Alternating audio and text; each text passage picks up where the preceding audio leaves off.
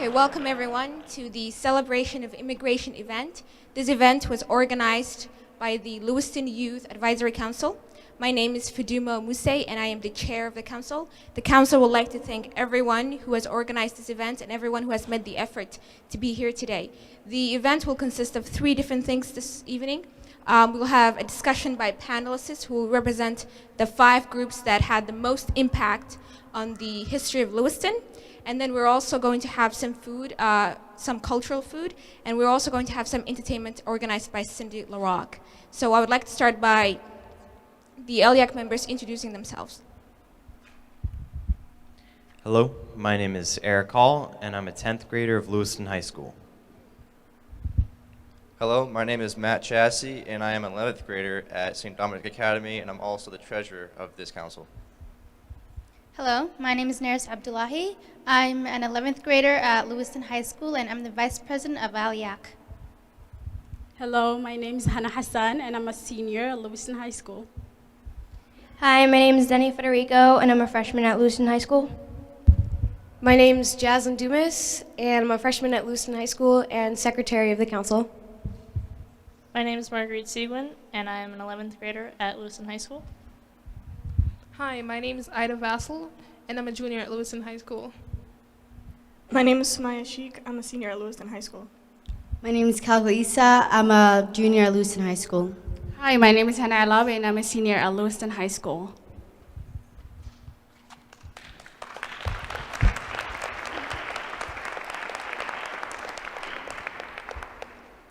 The purpose of this event is to bring people together and discuss the story of immigration and the history of Lewiston. And now we're going to begin with the panelists introducing themselves.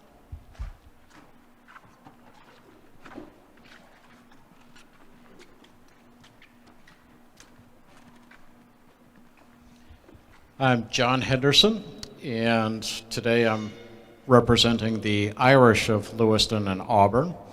I'm equally Polish from Lewiston as well, but today we'll talk about the Irish. I'm Rachel DeGrosier, and I'm representing the French Canadians. I am Canadienne pur laine, which means that both sides of my parents are totally come from France and Canada. My name is Jack Clifford. I am representing the Greek community today, notwithstanding my name. My father was Irish, but that's being covered by Mr. Henderson. My mother's name was Athena Kesaris, and our family on that side is from a village in Greece. My name is Phyllis Doringas, and I'm representing the Lithuanians today, and I'm of Lithuanian heritage on my father's side of the family. Hello, my name is Zamza Mohamud, and I'm representing Somali community in Lewiston urban area. Thank you. Well, I suppose I will talk a little bit about the Irish, but I will start by doing it in an Irish way by telling a story.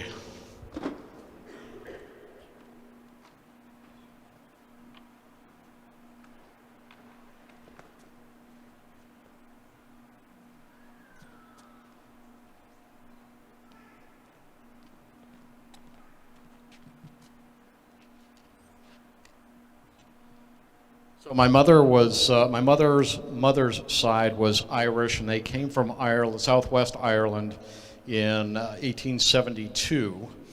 And when my father was in the military, so we traveled around a lot, and always between assignments we came to Lewiston and Auburn. But in 4th grade, when we were in Germany, I had the assignment to research my family a little bit, and both my parents knew something of their origins, and my mother knew specifically that our Irish came from a place called Hare Island in southwest County Cork. And so that Hare Island to a 4th grader sort of conjures an image.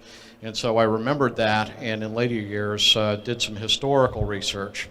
But I've also been working on the cultural aspects of the Irish heritage. And a lot of the points that they asked us to cover, I'll today are in this story that I will tell you. So it'll talk a little bit about why the Irish came to America, some of the difficulties that propelled them to come here, and some of the achievements that they manifested here in Lewiston.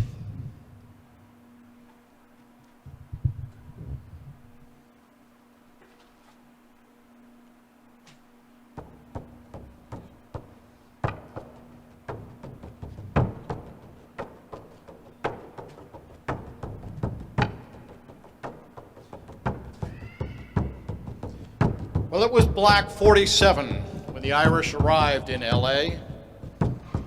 They laid down the tracks that brought the first trains. They built canals, they built factories, and they wove the fabrics for which those factories became famous. Now, there are some today in the USA who think that they are being suppressed religiously.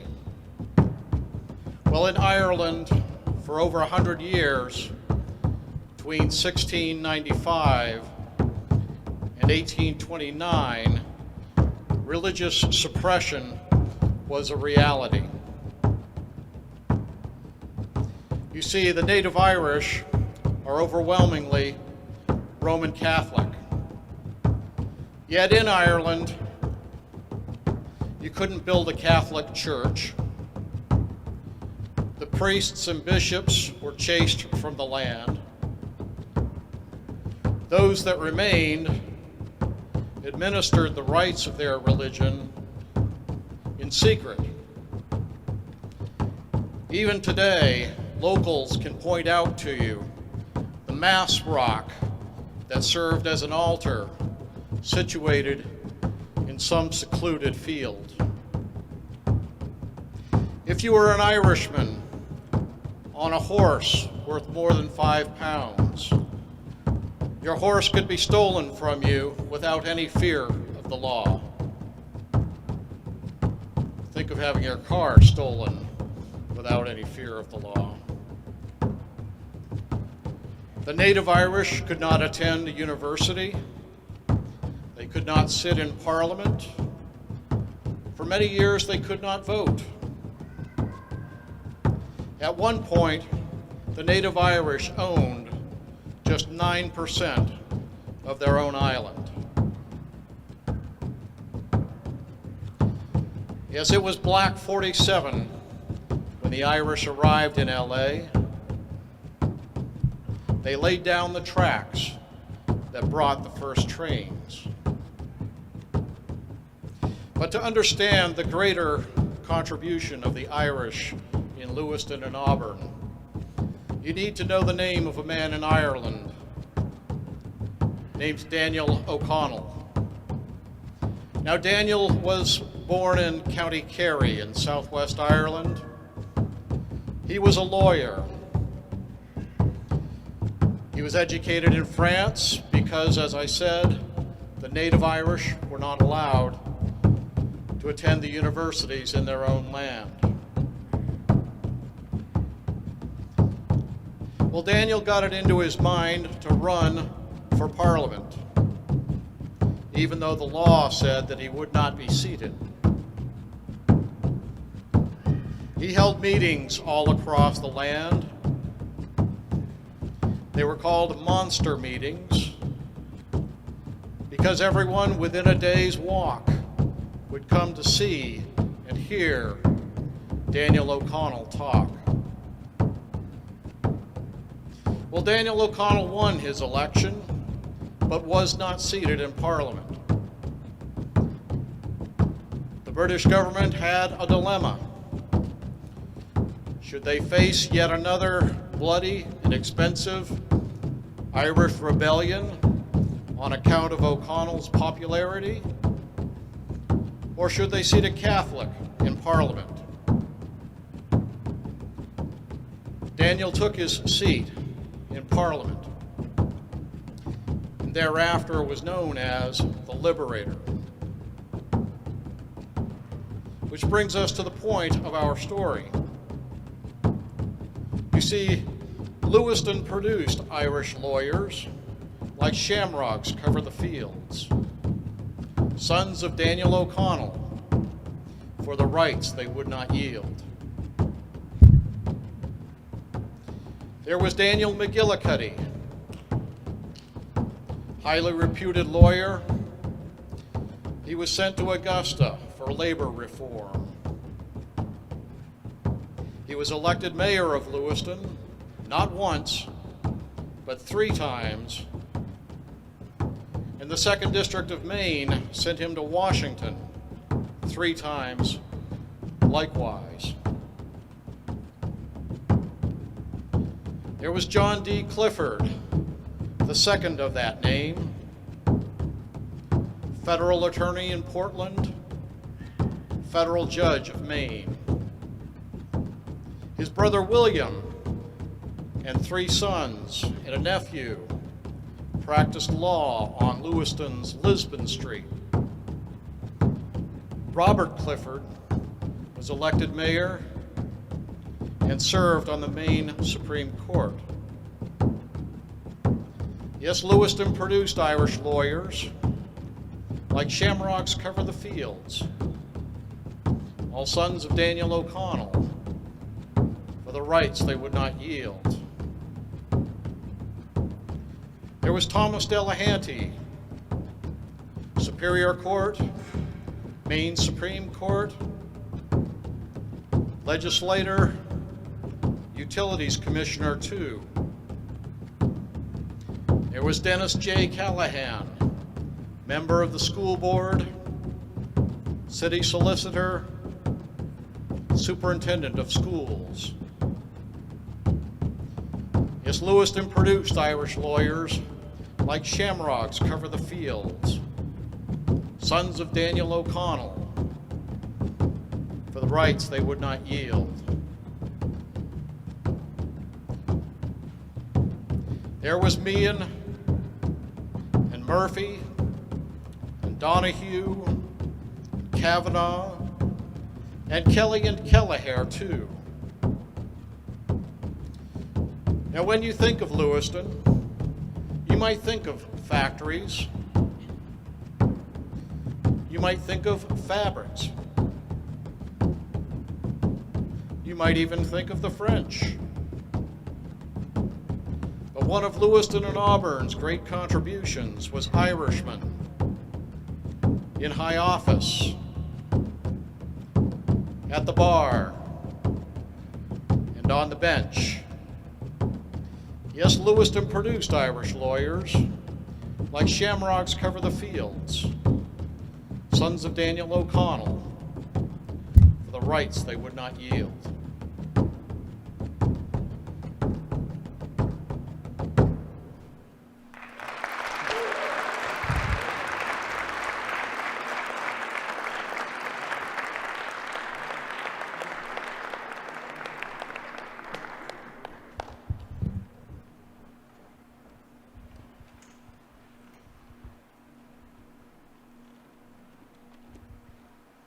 I'm sure I've used up my 10 minutes already, but I'll give you a snapshot of the history of the Irish in Lewiston and Auburn. And actually, they came long before the famine. Black 47 was the worst year of the potato famine in Ireland, and of course, the Irish relied on the potato as their primary staple food. But there were Irish in what would become Androscoggin County in the 1780s and 1790s. Some of them were veterans of the American Revolution. But the bulk of the Irish, if you ask anybody today, you will probably be able to trace their family back to the famine Irish, as they came in great numbers then to build the canals, to lay the railroads, and thereafter they built streets, maintained streets, and by the 1870s they began establishing businesses. And they came from all over. They came up from Boston, Massachusetts, came down from St. John's in New Brunswick, came in from Quebec down what's now Route 201, and life was difficult for them. The bulk of them arrived in 1850 to begin construction of the canals. In 1854, there was a statewide epidemic of cholera, which is a disease that kills fairly rapidly. And sanitation in those days wasn't as good as it is today. And the hundreds of Irish workers, when they arrived here, they didn't have any housing. They had to throw up ramshackle shacks, shanties, on what came to be known as patches. And in the shingle patch, which is just north of Main Street along the railroad tracks, it was shingle patch, and that's a cholera outbreak there in 1850 killed at least 30 people in Lewiston, perhaps more. They experienced prejudice. The next year, in 1855, the Catholic chapel on Lincoln Street was burned down. During that period, 1854, 1855, there was a movement known as the Know-Nothings, who were very anti-Catholic. And so the Lewiston Church was one of 3 Catholic churches in Maine that were burned during that period. And of course, discrimination continued, but as the Irish participated in the Civil War, they sort of earned their spurs in the eyes of the Anglo-Americans, and slowly things got better.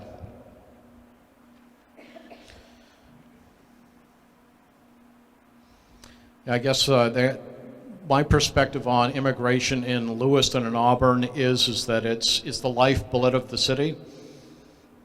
You know, each group that has come in has added something, added to the culture of the city, added to our breadth of understanding, and really today's world is global. So the more cultures that we can draw on, and the more cultures that our children can draw on and have some knowledge of, the better they're going to fare in the so-called real world. When they leave Maine, they'll find even more cultures that they will have to interact with. And after the show, would be happy to answer any questions at the green table on the side there. Thank you very much.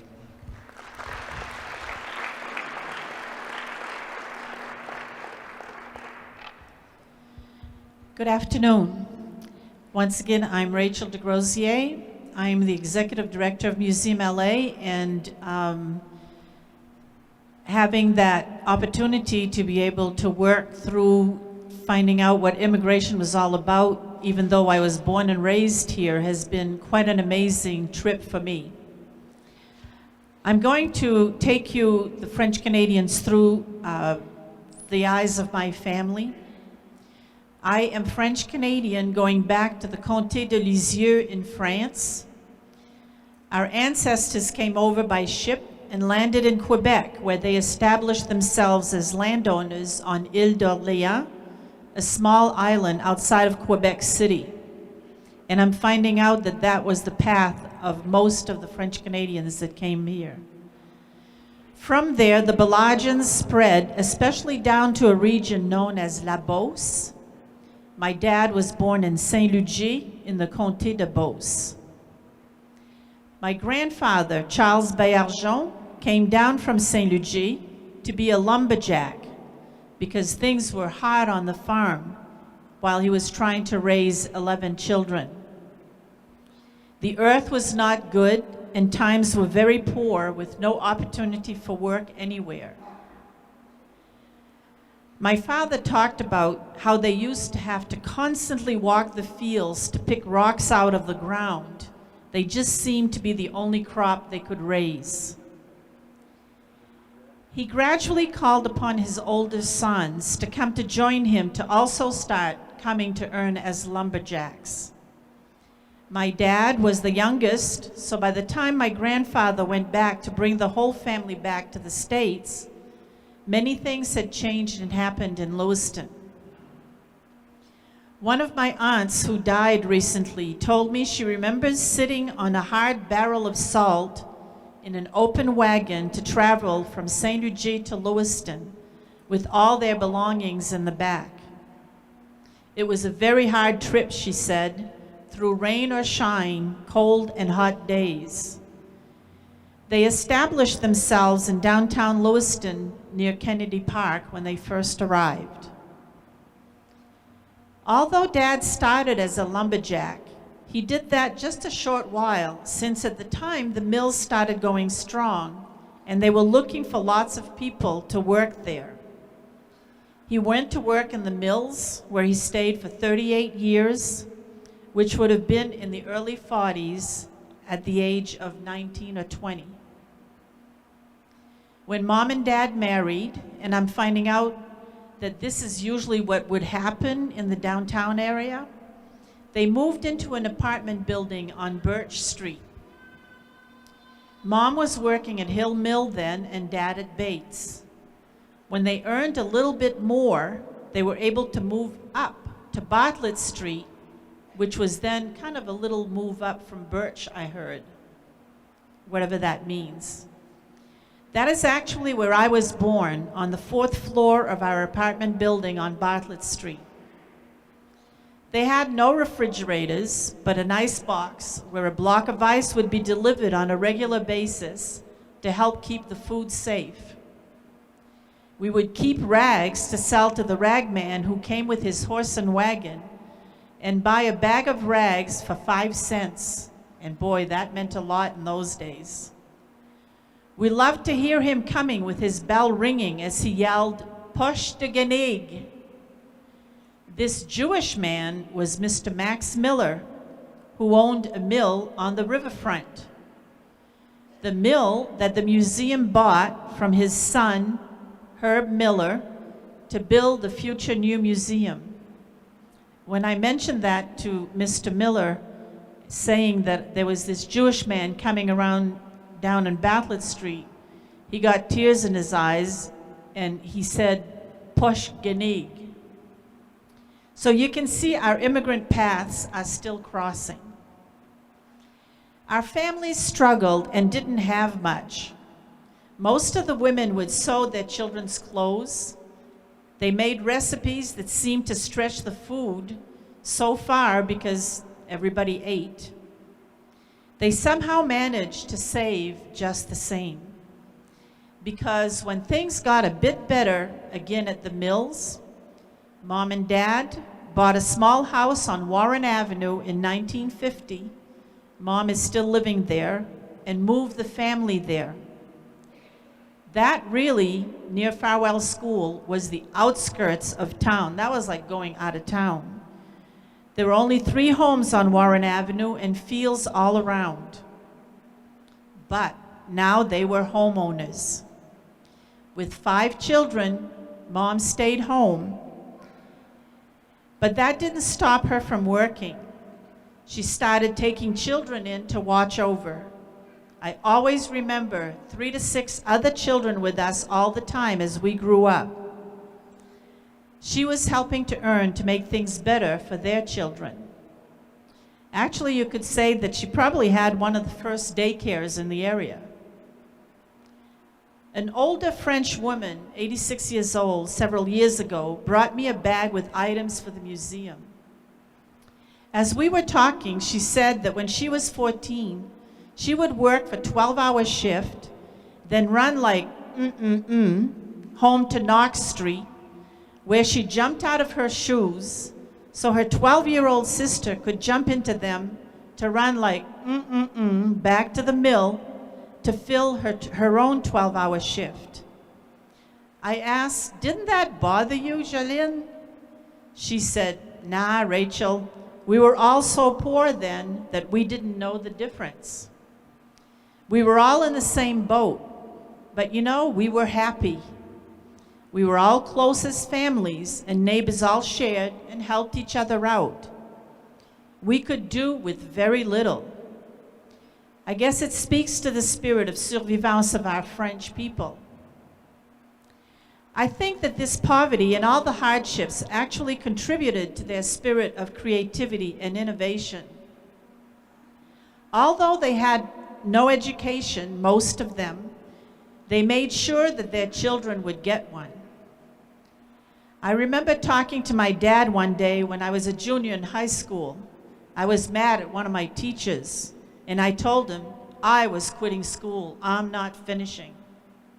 Believe you me, the look in my father's eyes as he told me that quitting was not a choice of mine told me that I would be graduating high school. Up to my generation, discrimination was there, but we kind of didn't realize it as much until later as we looked back. My husband remembers walking down Lisbon Street looking for a job in the late 40s, early 50s, where signs were in the windows saying, "Help wanted, French need not apply." That still hurts him today. He even had to change his name sometimes when he started his business because being French seemed to be a no-no. I remember in high school, when I went from grammar school to high school, French was my first language because until he died a few years ago, my dad didn't speak English. And as we walked through the halls, we talked to each other in French. And the teachers would stop us and say, if you're in America now, so you'd better speak English. And if you don't, you're going to get detention. Well, needless to say, I got detention quite often because French was my first language. It wasn't until I was doing my master's and had to do my residency in Cincinnati that I got to realize that, you know, there was something to this being French after all. 3 of the executives at the hospital where I went were going to show me up and brought me to, I never forgot the name, La Maisonnette Restaurant, this very swanky place.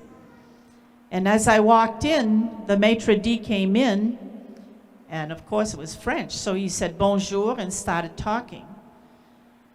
I just looked at him and continued talking with him. I turned around and there's the 3 big executives with their jaws dropped. And I said, "What's the matter?" "Wow, you're a genius. You speak 2 languages. And I thought, well, I guess maybe I am. How many people can speak 2 fluid languages? When you want to speak about successes, there were many in our French population who made it. We worked hard, but we ended up with a lot of business people, very successful business people, mayors. Took a while, but we did it. On a personal note, as you asked me to speak about, in today's thinking of riches, things, making lots of money, of being famous, my family probably is not that. I'm the only one of my siblings who had the opportunity to go to college and on to university for my master's. Because of it, I've traveled a lot and been exposed to varied experiences so that I can see more clearly today the discrimination and missed opportunities for our family. However, in what really counts, which is closeness of family, being there in joys and hardships for each other, loving each other, honoring and respecting to the ultimate our mom and dad and our elders, we are hugely successful. We all own our own homes, have worked hard all our lives by making sure we had work.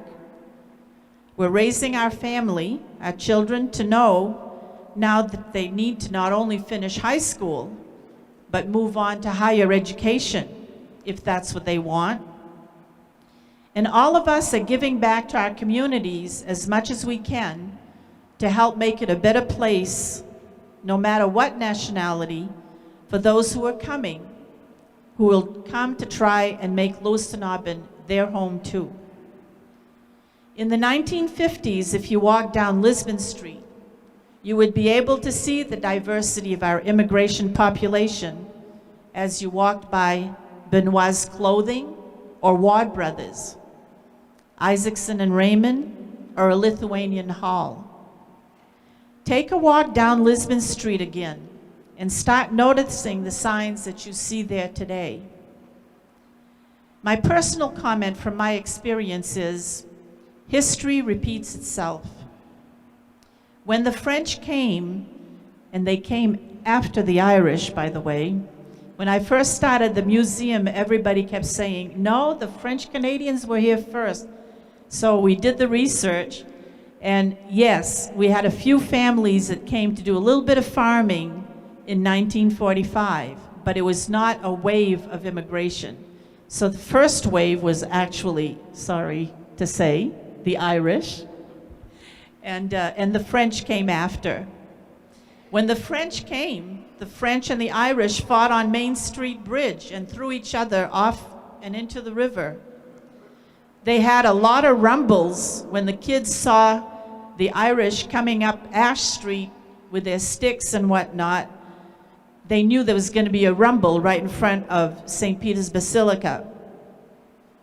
And as John mentioned, a church was even burned down. So what's new? We learned to live with each other and share each other's differences. As a teenager, if we were walking down the street and had to pass a Protestant church, we had to cross the street if we were Catholic. Now we attend each other's services. So always remember, history repeats itself, and diversity has created and will continue to create a better community for all of us, especially for our children in the future. I love to watch the young ones. They have no problem at all. They haven't yet learned to judge and don't mostly know intolerance. So we all kind of need to become a little more childlike. I have truly enjoyed working with the Lewiston Youth Council on this project because it has shown me that there is great hope for the future of our LA. Thank you.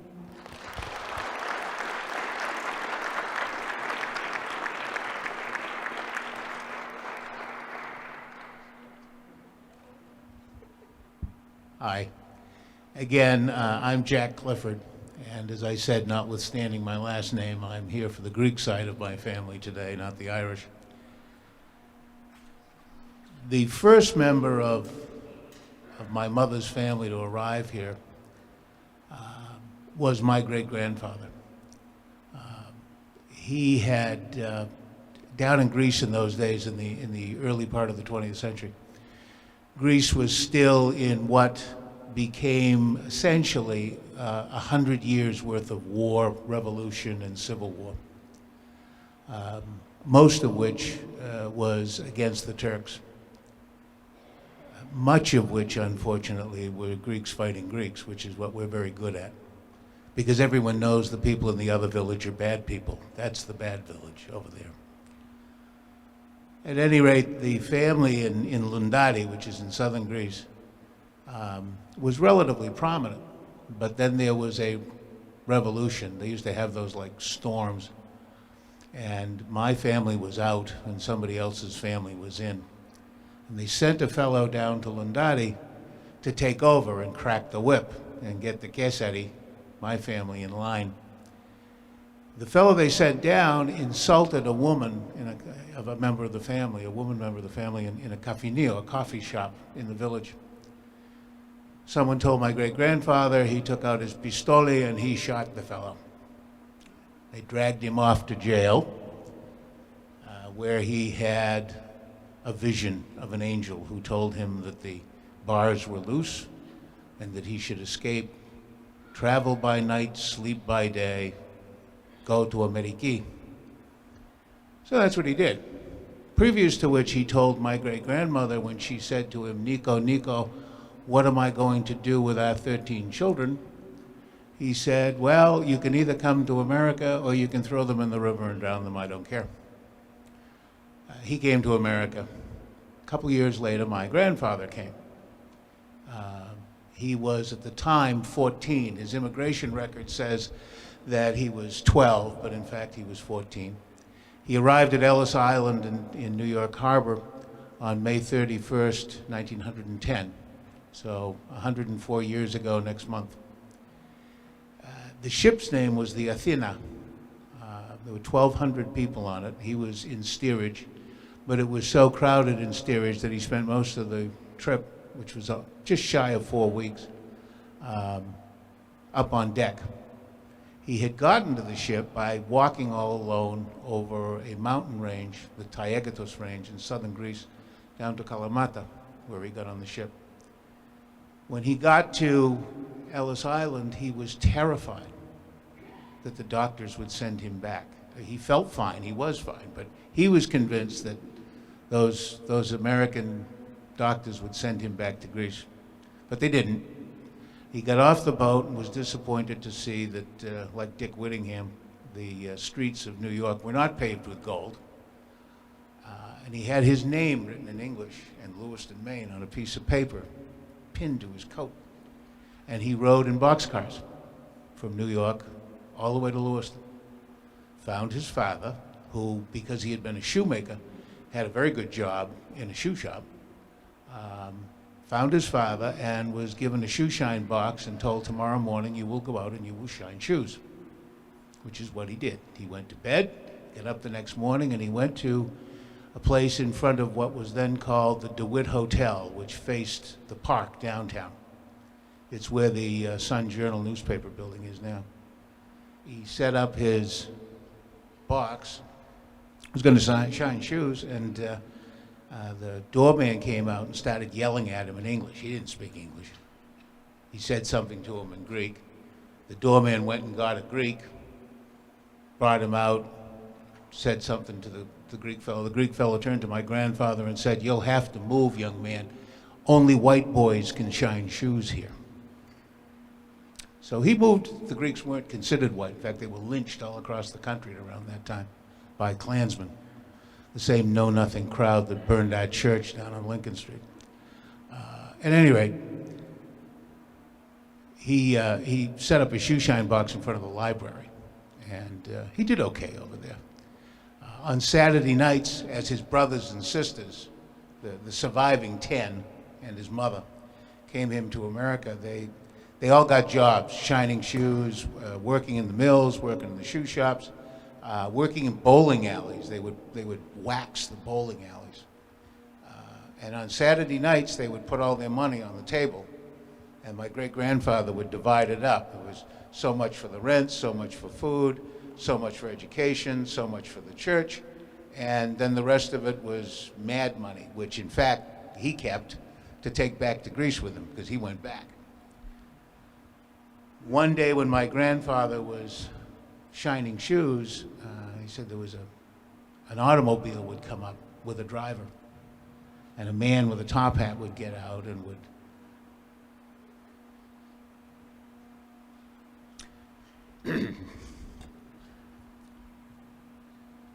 this is the from the heart part, I guess, would get out and ask him to shine his shoes, and he would.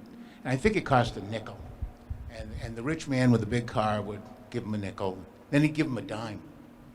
And my grandfather thought that was the greatest thing ever, because he had a dime.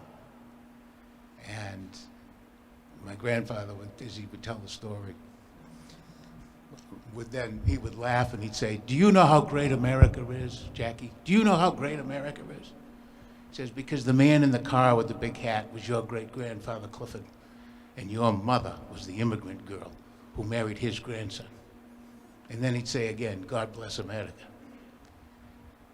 They had hard times. When the Depression came, 3 of the families had to move in together. Stayed, I think, for 2 or 3 years. 3 of the Casares families sharing an apartment. But they got through it. They had their businesses. They did well. Their children got educated. Their grandchildren got educated and became doctors and lawyers and teachers. A couple of them married priests, a couple of the girls married priests. In the meantime, they became, I think, great supporters of the Greek Orthodox community here, which still exists. And then it came to the generation that developed people like me and Jimmy Simonis and Christine Siroy, Dina Andrianos. We grew up, like our parents did, actually very, very close to two particular ethnic groups here. The Syrians, and they were Syrian Christians, they were so tied to us that when I was little, I thought Syria was part of Greece. I figured it was a region because Mr. Boris was from Syria, and this one was from Syria, and that was from Syria. So they had to be Greeks. They certainly looked like Greeks. And the other one were the Jews. We did everything with the Jewish community here. To this day, some of the guys and I will laugh about what it was like when we were little, because we were the kids that had to go to school after school. Now, everybody else, the Irish kids, the French kids, the one or two Protestant kids we knew, they all got to go home when American school got out at 3 o'clock. We didn't. They had to go down to the synagogue on Sharmat Street for Hebrew school, and we had to walk downtown to the Greek church on Lincoln Street to learn Greek until 5 o'clock or 5:30 every afternoon. I'm awful glad we did it now that I think back on it, but because it's kind of fun to go down to the old country and actually be able to talk to those people. But we didn't like it much then. I can tell, especially you young people, that when I was growing up in this city, virtually everybody had a parent or a grandparent, or parents and grandparents, who spoke with a funny accent. This was like being at the UN in Lewiston in those days. There were people literally from everywhere. And we all grew up with their stories. We grew up with stories from Lithuania. There was a tailor here from Lithuania who used to tell me about the wolves outside of his village in the wintertime, bounding on the snow in the moonlight. The old Jewish tailor who told me about Cossacks coming to the village and how scared his sister was that the Cossacks would carry him off. Mr. Chin, who they had a restaurant here in town. The Chins were a big family, a beautiful family. And Mr. Chin would tell us kids about dragons flying in the sky and an emperor on a golden throne.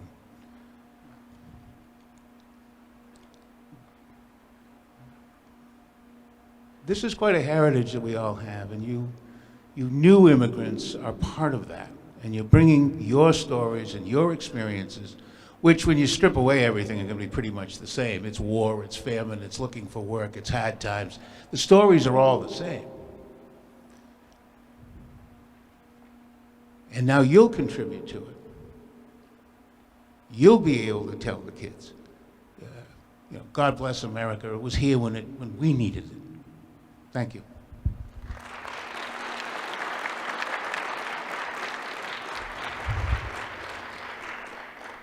My name is Phyllis Doringas, and as a reminder, I'm going to speak about the Lithuanians and my family in particular in Lewiston. The history of the Baltic states, Lithuania, Latvia, and Estonia, is very complicated.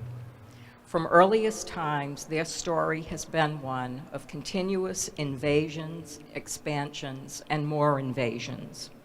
Between 1795 and 1918, Russia controlled Lithuania.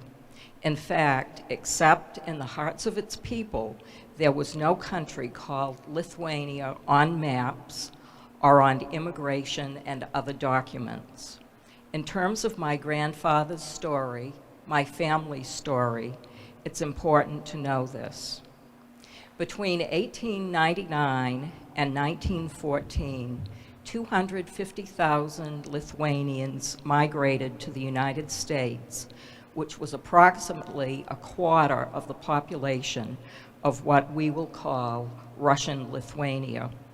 It was proportionally one of the largest European immigrations. While the first Lithuanians arrived in Lewiston, Auburn before 1885, by 1905 there were 300, and by 1914, 900. Lithuanians also settled in Rumford and Mexico. My grandfather, Casimir Doringas, left Rotterdam, Holland on May 15, 1902, on the Potsdam, built by the Holland-American Line in 1900. He was among 1,800 third-class passengers. During the 11-day crossing, he likely lived in a 4 or 6 berth cabin with no privacy and inadequate toilet facilities. Meals were served in dining rooms with long tables or in individual tin mess kits. Cases of malnutrition were common, as was seasickness. Some passengers died. He arrived in New York Harbor on May 26, 1902, and was processed through Ellis Island. This consisted of a rigorous inspection that included doctors looking for signs of illness, individual interrogations based on the ship's manifest, and further examinations as warranted. Through the ship's manifest, we learned my grandfather was 22 years old, a laborer who could not read or write, and this isn't surprising because under Tsarist Russia, there were severe restrictions on learning, and peasants in rural areas had little or no access to education. He had $2.50 in his pocket, which was the equivalent of $68.80 in 2012, and he was going to Lewiston, Maine to join his stepbrother who lived on Knox Street. Why did Lithuanians, including my grandfather, come to the United States? Among the reasons were the famine of 1867 to 68 and ensuing hard times, escaping persecution by the Russians, avoiding obligatory military service in the Tsar's army, and Lithuanians, in fact, were viewed as cannon fodder, the promise of work and a better life for skilled and unskilled laborers, earning and saving money in the United States and possibly returning home with that money, and the dream of owning a family farm. In Tsarist Russia, Lithuanians could not own the land they farmed. From my perspective, there is another reason that pertains specifically to Maine. While Lithuania is at the same latitude as Newfoundland, if you were to visit Lithuania, there are times you would swear you were in Maine. As a matter of fact, one time my cousin Linda, who's here, and I were walking in a rural area, and Linda looked at me and said, "Wouldn't you think that we're in Turner, Maine?" The only difference between Maine and Lithuania is that Lithuania doesn't have mountains. I suspect for most Lithuanian immigrants that Maine reminded them of home. It's not surprising then that a favorite gathering spot for Lithuanian immigrants in Lewiston was the city park, now Kennedy Park. Beginning life in Lewiston was difficult, as my grandfather set out to learn a new language and find a job. As John Henderson eloquently describes in his book and presentations on the Irish in Lewiston and Auburn, this was an era of both anti-immigrant and anti-Catholic intimidation and sentiment. On July 30th, 1904, my grandfather married Annie Sinitis, a fellow Lithuanian who was 22 years old. They were both mill operatives. Their lives exemplified a strong work ethic and perseverance in the face of adversity. They were married at St. Patrick's by Monsignor Wallace, and Doringas' children, who came later, attended through grade 8 and graduated from Wallace Grammar School, which became St. Patrick's School, which was built in 1905 by Monsignor Wallace to honor his parents. Like my grandparents, most Lithuanians were Catholic and largely attended St. Patrick's Church. Those who died tended to be buried at Mount Hope Cemetery.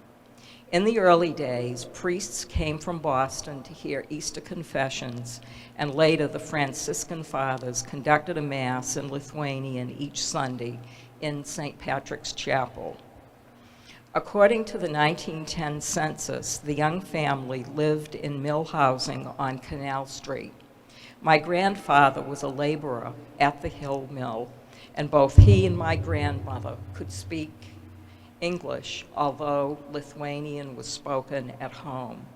I further learned that my grandmother had given birth to 3 children, 2 of whom were living, Anna, who was 3, and Anthony, my father, who was 1. To earn extra money, they had a lodger. In 1911, a second daughter, Emma, was born. Cemetery records revealed my grandmother gave birth to 2 other children who died, one in 1915 at 2 weeks old, and the other in 1918, and this was the part of the time of the influenza epidemic, at 2 years old. 1914 was a momentous year for my family and the Lithuanian community. Like the Irish, the Lithuanians formed benevolent societies to pool resources to aid members in need. The St. Bartholomew Society constructed the Lithuanian Hall as a meeting place at 387 to 389 Lisbon Street. If you go to that address and look up, at the top of the building, you'll see the original sign, SBS Lithuanian Hall, 1914. And of course, SBS stands for St. Bartholomew Society. Furthermore, Doug Hodgkins of the Androscoggin Historical Society recalls that the deed was unusual because several hundred Lithuanians were listed as owners. A cultural and social center, the club, as it was called, was known for its wedding receptions, anniversary celebrations, suppers, and dances. Proceeds from the suppers and dances helped to fund the good works of the Mutual Aid Society, such as the St. Bartholomew Society for Men and Our Lady of Perpetual Help for Women. Lithuanians all over America celebrated when Lithuania declared its independence from the Russian Empire on February 16, 1918. Locally, a panoramic photograph of Lithuanians thanking Uncle Sam for recognizing Lithuania as a free republic was taken probably in 1922 or 23 in front of the Lewiston City building. My grandfather and father are in that picture, and you can see it on exhibit at the Lithuanian tables. Around 1920, the Doringas family was living on Bate Street and had welcomed a daughter, Nellie, who we call my Aunt Helen. My father graduated from Wallace Grammar School on June 18, 1923, at age 14. While neither of my grandparents had ever attended school, it is apparent that the education of their children was very important to them, with the exception of my father, who quit school in April of his senior year. Can you imagine that? He went to work. All of the Doringas children graduated from high school. Emma went to St. Mary's School of Nursing and became a registered nurse, and John, born in 1924, graduated from Lisbon High School as valedictorian of his class. The importance of education wasn't lost on my generation. All graduated from high school, most graduated from college, and several earned advanced degrees. Like our parents and grandparents, we have strong work ethics and live lives that would hopefully make our grandparents proud. The 1930 and 1940 censuses find the Doringas family living at a farm my grandfather now owned on the Moody Road in Lisbon. This, of course, was the time of the Depression. In both censuses, my grandfather's occupation was farmer. In the 1930 census, the family did not own a radio, an indication of hard times. My father was a laborer on the farm, and his sister Emma was working in the finishing room of a cotton mill prior to going to nursing school. In the 1940 census, my grandmother was a weaver at a cotton mill, having worked 40 hours in the week prior to the census. My father was a fiber counter at a shoe factory who had worked 10 hours, and my Uncle John was in high school. While the family didn't have much money, relatives always say we ate very well. My grandparents never became naturalized citizens, and I suspect it was because of their inability to read or write. When I was a girl, I clearly remember asking my father to teach me words in Lithuanian to say to Grammy and Grampy. His response was, "No, you were born in the United States of America. You are an American. We speak English here." For the most part, Lithuanians in Lewiston, Auburn were eager to become part of the melting pot, and except for cooking Lithuanian dishes, largely abandoned the language and customs around holidays and celebrations. It was a huge revelation to me as I began to travel to Lithuania in the 1990s that there were Lithuanian churches in America and that Lithuanian American communities held Saturday school to teach their children the language and customs. Additionally, many attended Lithuanian summer camps. In 1976, a seismic shift occurred.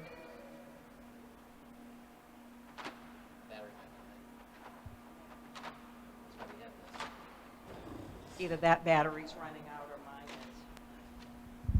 is.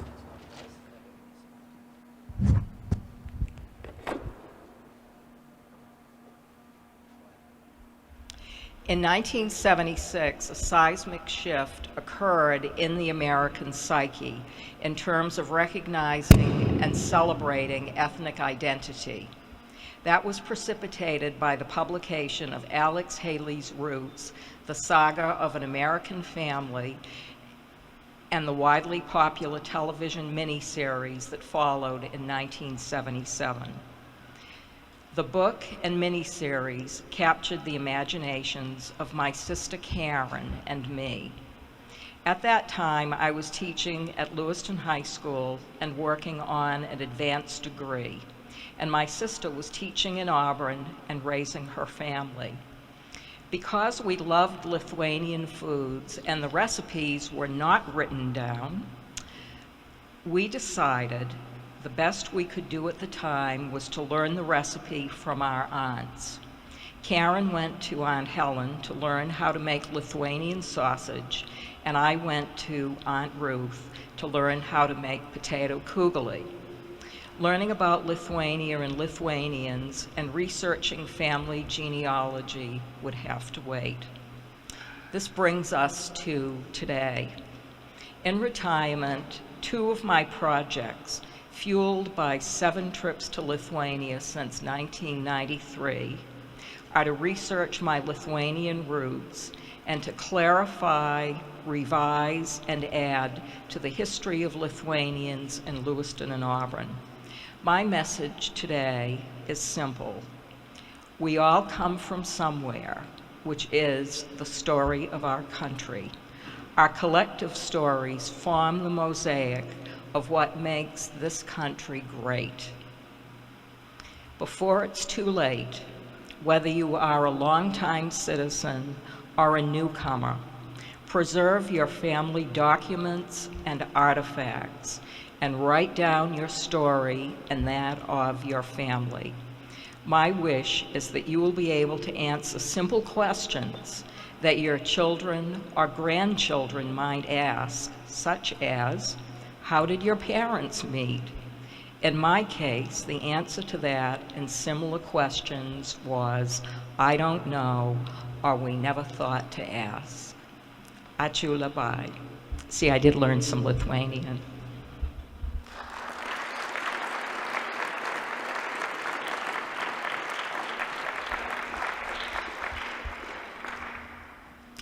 Hello, my name is Zamza Muhammad, as I said before, and I'm here to represent Somali community.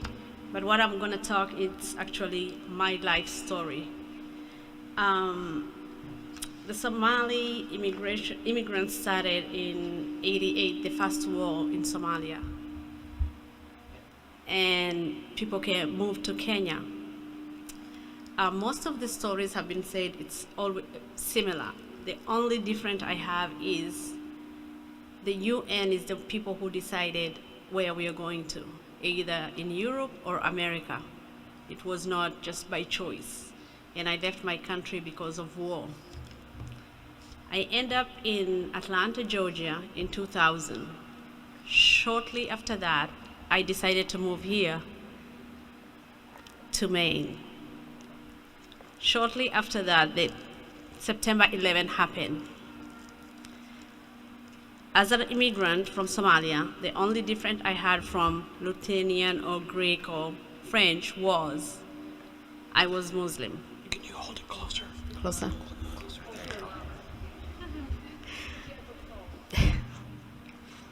The only difference is I was Muslim and I was black when I moved to Lewiston, Maine. A lot of people welcome me. It may be not for everybody what I went through. I ended up at CMMC because of my son breaking his leg. But it was an open door for me. As I was at the emergency, the nurse who was attending for my son asked me if I could help him because somebody had a chest pain and they couldn't speak English. And I went and helped him. After the interpreting, he asked me if I wanted a job. And since then, I've been at CMMC to today. It opened for me a door that I didn't have. I moved to Black Street. After 6 months, I moved to River Valley Village. I have raised 2 kids in Lewiston. They are both in college right now. I've had my ups and downs. I have seen somebody telling me welcome, and I have seen somebody telling me go back home.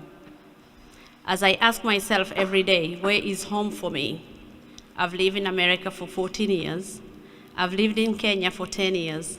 And I left my country when I was 12. So where is home for me? I just look with a smile most of the time and say, I'm sorry, I'm at home. We have a lot of, we hope it will be changed in time, but we have a lot of businesses in Lewiston Urban. We have almost 22 stores in Lewiston. We have over 200 kids in colleges, and most of the kids who have gone to college have gone to great colleges. Somali community is still to shine and go to school and work hard. We have a cemetery and we have a mosque, which I think if you have those two, you can live anywhere you want. We feel we are home, or I feel I am at home. There's been happiness and joy that have come. We've been participating in the politics, and we are looking forward to participate in more politics and have more great kids graduate from college and come and work in Lewiston urban area. As I look Lewiston and I keep admiring every day, I had a 10-year-old child I met at JCPenney last week. I have a lot of great stories, but that really took me up. She looked at me and she said, "Hello, how are you? And what's your name?" And I told her my name is Zamzam.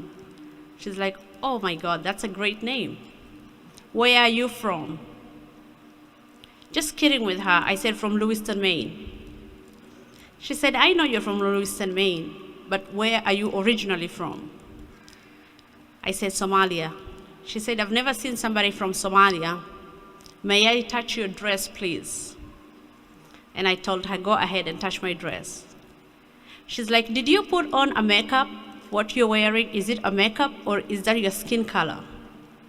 I said, "That's my skin color." "Oh, I've never seen somebody with a color like that." I said, "Oh, you can touch me. I won't bite you." So those are the things I meet with everyday living. Like, I will see somebody asking me questions like that. And as I say, somebody will ask, "Where are you from?" or "Welcome, we'd love to have you here." My quote for the day, or my word for the day is, please give us time. We'll have lawyers, we'll have doctors, we'll have teachers, we'll have everything. Everything takes a while and a step. And God bless America. Thank you.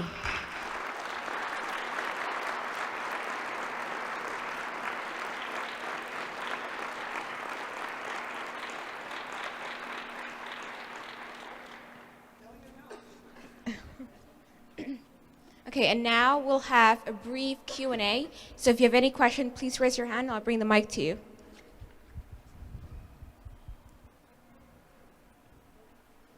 No questions? Okay.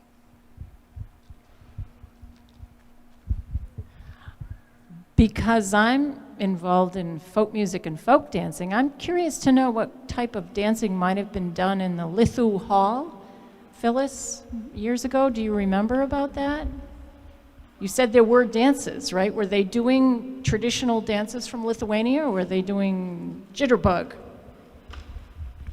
Well, I was too young to be at those okay. dances. I was a child. However, I will defer to my friend Ann Caldwell, who is behind you, who may be able to shed some light on what those dances were. Well, all kinds of dances. They danced the waltz, they did the Boston Fancy, they did the polka, and several other dances. I love the fact that you did the Boston Fancy, because that's a New England contra dance.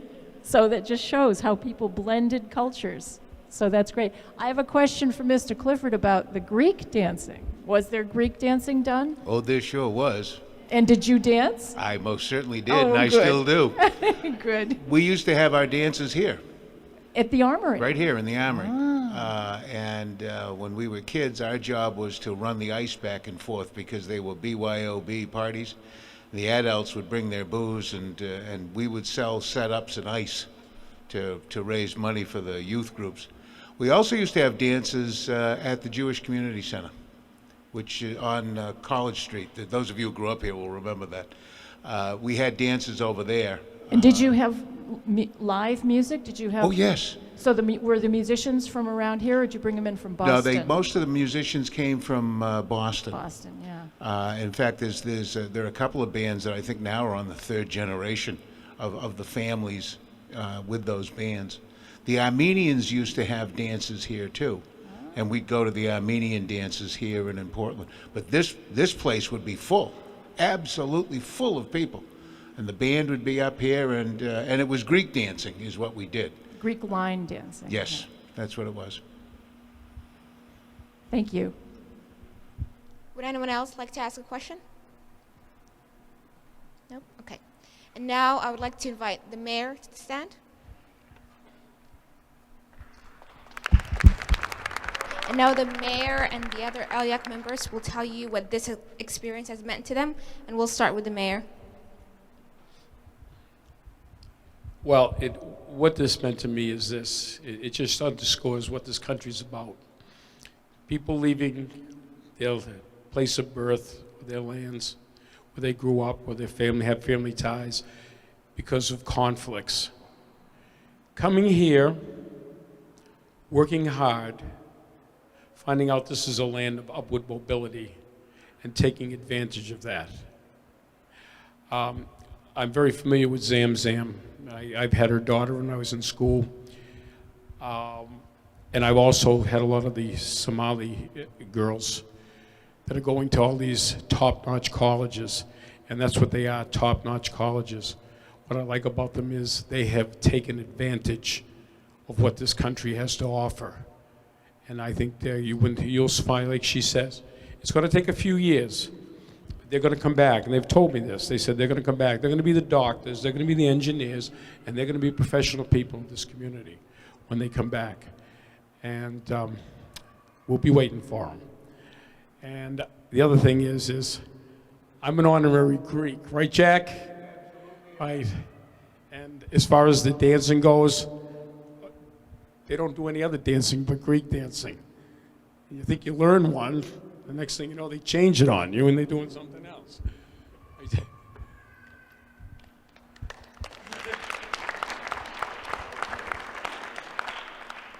Well, personally for me, it was very, very interesting to learn about all the different groups of people that came into Lewiston Auburn. I personally did not know that the Irish came here before the French. That was new to me. And all the different dances and the organization of people coming together and working together in the mills and everything so forth really opened my eyes to what actually happened back then to create Lewiston Auburn to what it is now. It just really opened my mind to sort of other people's backgrounds and my family background, and just sort of I learned a lot from the panelists and what we heard by ourselves, and I'd just like to thank them for coming and thank everyone else too. This event gave me a better understanding of why these immigrants came here, when they came here, and yeah, it was very informative. This event taught me the significance of Lewiston's history and how all these cultures came together as one. My heritage is Italian, and it was pretty cool to see how all these different cultures came about. For me, being from Irish descent, I had a lot of fun learning about the Irish, things that I hadn't known before, and also about the other cultures here too. And I also learned a lot about immigration. And there's a quote, and it says that we are from different worlds, but somehow we all fit together. And I think that immigration is one of those things that helps everybody together. This event has helped me learn and understand all the different cultures in this world and in Maine. And it has helped me understand why they were in such like in arguments and the conflicts. And also, we all really are immigrants. And I really enjoy this event. Thank you for coming. Hi, this event has shown me that, as Rochelle mentioned, that history repeats itself, and that I thought that I was Somali people were the ones that were discriminated, and that had a lot of trouble, that Somalian people went through a lot of trouble, but listening to them, I see that they all went through, and that we have to learn from history. We all have to look at history and see and learn from our mistakes and not repeat it again to the other people that will be coming. Thank you. I've learned a lot through this event today. I liked hearing everyone's story, knowing that I came here to the United States in 2006, and it took me a while to learn the English and everything. So I'm really glad to hear all the problems they overcame. It just inspires me. I learned through this event that even though through our struggles and strength we have similarities, and in the end of the day we're all immigrants and we came to America for a better life and for better hope. And being a Somali American, it also gave me an inspiration to battle through every obstacle I face. Thank you. Preparing for this event and being here today has taught me a lot about the history of Lewiston and the different cultures, and I saw that the journeys are all really similar despite the differences in cultures, and that has been really enriching. Thank you. I also thought this event was really enriching, and I really enjoyed learning about the history and development of Lewiston.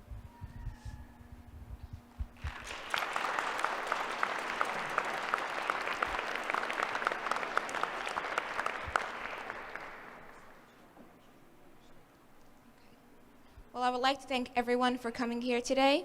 This is the story of everyone, and we're here today because we know that we're all immigrants, and it doesn't matter whether you have an accent or not, or whether you're first generation or not, the history of Lewiston lives through all of us. And before I say my statement, I'd like to thank the 3 ALYAC members, Marguerite, Aida, and Sumaya, for putting together this PowerPoint about the history of Lewiston, Maine. So take a look at it whenever you get a chance. And the displays once you get a chance. Yeah. Personally, this event has taught me that everybody's really the same and that we all face the same struggles in life, and that it's important that we all come together in events like these and remember that we're all the same, because sometimes when you walk down the street and we all look different and we all speak different languages sometimes, we don't understand that we all have the same story in a way. So thank you for coming. And now we'll take a break. You're welcome to go over to the food and see the displays, and come back for the music entertainment that's brought to us by Cindy LaRock. So thank you.